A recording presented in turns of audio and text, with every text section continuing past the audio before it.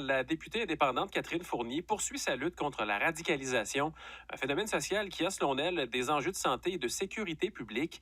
Elle a d'ailleurs déposé une motion mardi dernier à l'Assemblée nationale pour que le gouvernement mette en œuvre un plan interministériel de lutte contre les polarisations sociales et la radicalisation pouvant mener à la violence. Une motion qui a été rejetée par la suite par la coalition Avenir Québec. Alors, pour nous expliquer pourquoi elle considère ce problème comme prioritaire, je retrouve Mme Fournier qui est avec nous au téléphone. Catherine Fournier, bonjour. Oui, bonjour. Merci beaucoup d'être là pour nous parler de votre lutte, de votre plan.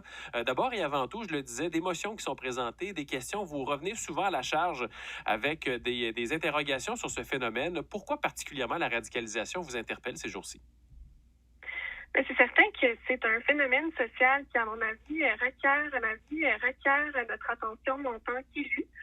Parce que, bon, ça pose certaines menaces à la cohésion sociale, puis je considère comme député qu'il est de notre responsable soin de cette cohésion sociale qui nous est si chère au Québec, particulièrement quand on voit ce qui se passe autant chez nos voisins au sud de la frontière que dans d'autres pays à travers le monde, comme en France, un pays qui connaît des discussions sociales très importantes. Donc, je constate qu'il faut qu'on puisse agir en amont et prévenir plutôt que de faire des plans puis de trouver des solutions là, une fois qu'il est malheureusement trop tard. D'ailleurs, ce matin, mon collègue David Rémillard nous apprenait que le dernier plan d'action du Québec contre la radicalisation, l'extrémisme violent, il est échu depuis 2018. Est-ce que, Mme Fournier, ça veut dire qu'actuellement, on ne fait rien ou on a seulement prolongé le plan en question?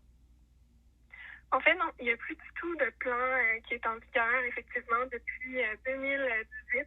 Ça ne veut pas dire qu'il n'y a pas d'action. Je pense que c'est important de dire qu'il y a vraiment des initiatives très intéressantes qui se font à travers le Québec. Nous sommes en fait des leaders en matière de lutte contre la radicalisation. Il y a plusieurs équipes de recherche et même des chaires qui sont établies sur notre territoire. Et c'est justement pourquoi ce serait important d'avoir une concertation entre celles-ci. En fait, c'est ce que réclament de nombreux experts du sujet qui considèrent en fait qu'en ce moment, oui, il y a des belles initiatives, mais puisqu'elles se font en silo, elles n'ont pas autant de répercussions positives qu'elles pourraient avoir si elles faisaient vraiment partie d'un plan intégré de lutte, oui, à la radicalisation, mais aussi aux polarisations sociales qui sont souvent en fait les précurseurs de la radicalisation. Madame Fournier, dans votre dernière motion présentée à l'Assemblée nationale, donc vous parliez de ce plan interministériel et puis vous, si je lis bien le libellé, ça précisait que le plan doit être piloté par le ministère du Conseil exécutif et ça a été refusé. Ça a été donc refoulé par la coalition Avenir Québec, par le gouvernement. Pour quelle raison, selon vous? Qu'est-ce qui ne va pas selon la CAQ? En fait, peut-être que le gouvernement ne prend pas cette question-là avec le sérieux qu'il devrait. C'est mon impression du moins. Bon, je sens que c'est quand même une sensibilité de plus en plus grande. Si je remarque la progression du gouvernement sur le sujet, vous savez, notamment que j'ai abordé cette question-là dès le mois d'août en commission parlementaire, là, dans la foulée de la montée du phénomène là, d'adhésion aux théories de complot qu'on peut notamment constater sur les réseaux sociaux, mais qui est également là, confirmé par les chercheurs dans le domaine. Puis à ce moment-là, le premier ministre, en réponse à l'une de mes questions, semblait banaliser la situation. Par contre, on voit maintenant depuis quelques semaines qu'il semble prendre davantage au sérieux. Il en a parlé en conférence de presse. Donc, malgré que le gouvernement ait refusé d'adhérer à ma proposition, qui est en fait la proposition de certains experts dans le domaine que j'ai pris le soin de relayer, je considère que ça vaut la peine d'être persévérant.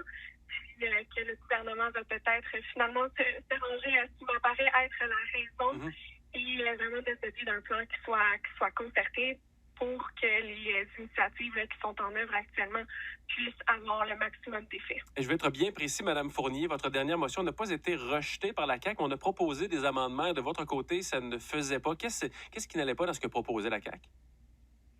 En fait, la deuxième fois que je l'ai proposé, la motion a été refusée, c'est-à-dire qu'il n'y a pas eu de débat. Par contre, la première fois, j'avais effectivement initié un débat de 2 heures sur la question.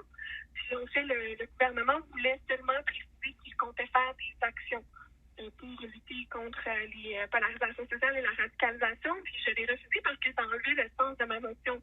L'objectif, c'est non seulement d'avoir des actions, mais qu'elles soient coordonnées, qu'elles soient concertées, donc dans un plan qui soit érigé aussi au rang de priorité. C'est pourquoi j'ai demandé à ce qu'il soit coordonné par le ministère du Conseil exécutif, qui est en fait le ministère du premier ministre, pour donner l'impulsion politique nécessaire à aller de l'avant. Parce que ce qu'il faut savoir, c'est que l'ancien plan était coordonné par le ministère de l'Immigration, donc entre 2015 et 2018. Puis c'est un bien mauvais message à lancer, puisque les polarisations sociales et la radicalisation sont beaucoup plus larges que la question de l'immigration, là, qui peut être Oui. un facteur de vulnérabilité, quand on parle de recherche de sentiment d'appartenance, puis d'inclusion à la société d'accueil, tout ça, mais ça, c'est quelques facteurs parmi bon nombre. Là, quand on regarde à l'heure actuelle les polarisations qui nous occupent, l'adhésion aux théories du complot, on voit qu'il n'y a absolument aucun lien avec l'origine des personnes. Les gens qui sont susceptibles de se radicaliser ont des profils très variés. Donc, c'est pour ça que c'est beaucoup plus large que l'immigration, plus large que la santé et la sécurité publique. Et c'est pourquoi il aurait importé que ce soit vraiment le premier ministre qui s'en saisisse. Oui. Je vais reprendre les propos de la chercheure Marie-Ève Carignan qui, elle dit, avant de s'attaquer à la radicalisation qui peut mener à la violence, il faudrait d'abord s'intéresser au problème des polarisations sociales, comme on l'a évoqué notamment avec les réseaux sociaux, l'adhésion aux théories du complot, la désinformation. Qu'est-ce que vous pensez de cette séquence des événements, selon Mme Carignan? Je suis tout à fait d'accord. En fait, les polarisations sociales sont souvent les racines de la radicalisation qui mène à la violence. Puis on en constate les effets à l'heure actuelle. Et vous avez bien raison de mentionner tout l'aspect des réseaux sociaux. C'est également une motion que j'ai amenée à l'Assemblée nationale pour qu'on ait une discussion autour de la possibilité de réglementer les algorithmes des réseaux sociaux. Bien sûr, c'est une compétence qui relève du domaine fédéral, mais je pense quand même que le Québec a un leadership à jouer, ou pourrait avoir un leadership à jouer du moins sur cette question-là, parce que c'est clair que l'effet des algorithmes qui nous enferment souvent dans ce qu'on appelle une chambre d'écho, parce que les plateformes des réseaux sociaux nous veulent qu'on passe le plus de temps possible sur leur plateforme pour pouvoir nous envoyer davantage de publicité. Donc, ce qui fait en sorte que les plateformes vont nous présenter du contenu qui nous plaît. Ce qui fait en sorte qu'on va avoir tendance à avoir seulement une représentation de la réalité.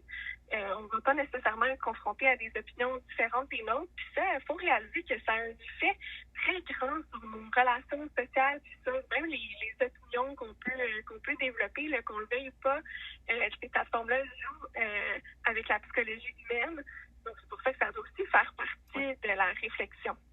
C'est vrai que c'est un enjeu qui est bien important actuellement dans la société. Alors, on verra la suite des choses. Rapidement, en terminant, Mme Fournier, la prochaine étape pour vous, est-ce que vous allez présenter une nouvelle motion? Qu'est-ce que vous comptez faire?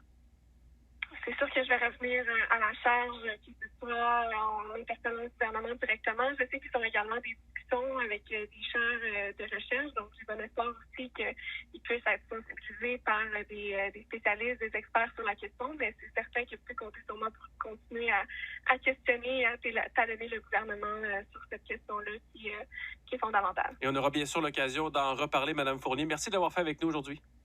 Merci beaucoup à vous. Au revoir. Catherine Fournier, elle est députée indépendante de la circonscription de Marie-Victorin.